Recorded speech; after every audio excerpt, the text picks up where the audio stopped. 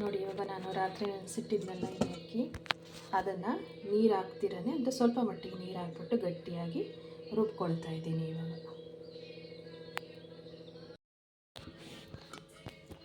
ನೋಡಿ ಇವಾಗ ನಾನು ಇದನ್ನು ಸ್ವಲ್ಪ ನೀರು ಹಾಕ್ಬಿಟ್ಟು ತುಂಬ ಗಟ್ಟಿಯಾಗಿ ಈ ಥರ ರುಬ್ಕೊಂಡಿದ್ದೀನಿ.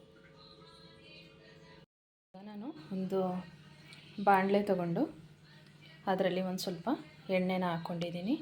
ಅದಕ್ಕೆ ನಾನು ಇವಾಗ ಎಣ್ಣೆ ಬಿಸಿ ಆಗಿದ ತಕ್ಷಣವೇ ಸ್ವಲ್ಪ ಸಾಸಿವೆನ ಹಾಕ್ಕೊಳ್ತಾ ಇದ್ದೀನಿ. ಅದು ಚಟಪಟ ಅಂತ ಸೌಂಡ್ ಆದಮೇಲೆ ಸೌಂಡ್ ಆಗ್ತಾಯಿದೆ ನೋಡಿ. ಮತ್ತು ಅದಕ್ಕೆ ನಾನು ಏನೇನು ಸೇರಿಸ್ತೀನಿ ಅಂದರೆ ನೋಡಿ, ಒಂದು 2 ಈರುಳ್ಳಿನ ಚಿಕ್ಕದಾಗಿ ಹಚ್ಚಿಟ್ಕೊಂಡಿದ್ದೀನಿ. ಮತ್ತು ಅದಕ್ಕೊಂದು ಸ್ವಲ್ಪ ಜೀರಿಗೆ ಬೇಕು. ಒಂದು 5ರಿಂದ 6 ಹಸಿಮೆಣ್ಸಿನ್ಕಾಯಿನ ಸಣ್ಣಗೆ ಹಚ್ಚಿಟ್ಕೊಂಡಿದ್ದೀನಿ. ಮತ್ತು ಸ್ವಲ್ಪ ಕರಿಬೇವಿನ ಸೊಪ್ಪು. ಇವಾಗ ನಾವು ಅದಕ್ಕೆ ಜೀರಿಗೆ ಹಾಕೋಣ.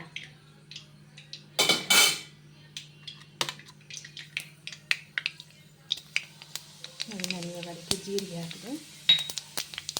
ಹಾಕಿದ್ದೀನಿ. ಮತ್ತು ಕರಿಬೇವಿನ ಸೊಪ್ಪನ್ನ ನಾನು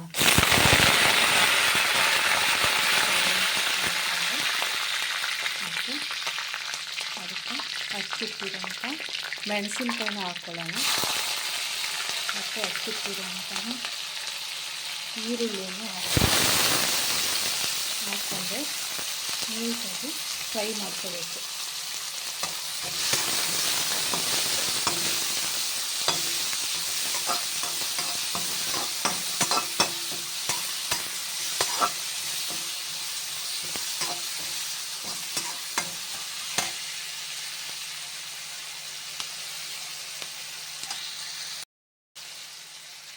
ಆಗ ನಾನು ಅದಕ್ಕೆ ಒಂದು ಸ್ವಲ್ಪ ಉಪ್ಪು ಹಾಕ್ಕೊಳ್ತಾ ಇದ್ದೀನಿ. ನಿಮಗೆ ಎಷ್ಟು ಉಪ್ಪು ಬೇಕೋ ಅಷ್ಟನ್ನು ಹಾಕ್ತೀನಿ.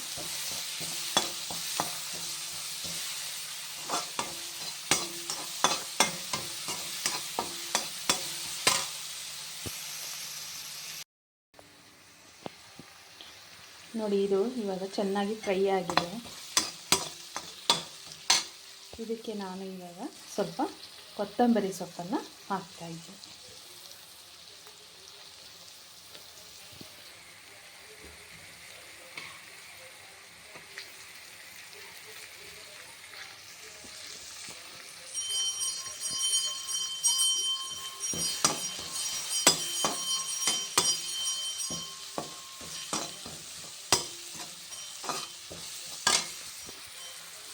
ಕೊತ್ತಂಬರಿ ಸೊಪ್ಪನ್ನು ಹಾಕ್ಬಿಟ್ಟು ಚೆನ್ನಾಗಿ ಮಿಕ್ಸ್ ಮಾಡಿಕೊಂಡೆ.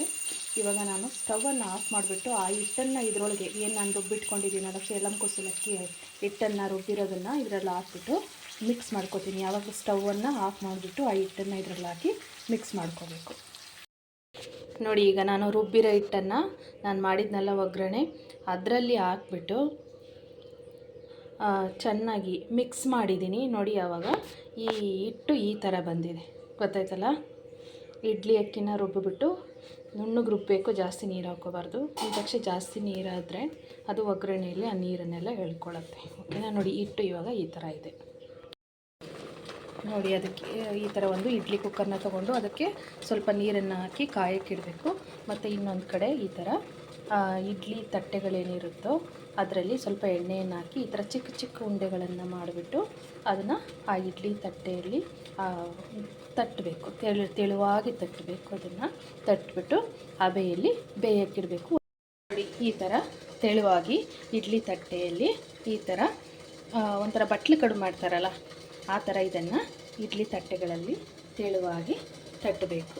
ತಟ್ಟಿಬಿಟ್ಟು ಈಗ ಇದನ್ನು ನಾವು ಹಬೆಯಲ್ಲಿ ಬೇಯಕ್ಕಿಡೋಣ. ಫ್ರೆಂಡ್ಸ್, ಇವಾಗ ನಾನು ಇಡ್ಲಿನ ತೆಗಿತಾ ಇದ್ದೀನಿ. ನೋಡಿ, ಚೆನ್ನಾಗಿ ಬೆಂದಿದೆ ಇಡ್ಲಿ. ಅದನ್ನು ತೆಗೆದ್ಬಿಟ್ಟು ಈಗ ನಾನು ಪ್ಲೇಟ್ಗೆ ಹಾಕ್ಕೊಳ್ತಾ ಇದ್ದೀನಿ. ಇವಾಗ ಹಬೆ ರೊಟ್ಟಿ ಪೂರ್ತಿಯಾಗಿ ರೆಡಿಯಾಗಿದೆ. ನೋಡಿ ಎಷ್ಟು ಚೆನ್ನಾಗಾಗಿದೆ ಅಂತ. ನೋಡಿ ಮುರಿದ್ರೆ ಇದು ನೋಡಿ ಎಷ್ಟು, ನೋಡಿ ಮುರಿದ್ರೆ ಹಾಗೆ ಮುರ್ಕೊಳ್ತಾ ಇದೆ.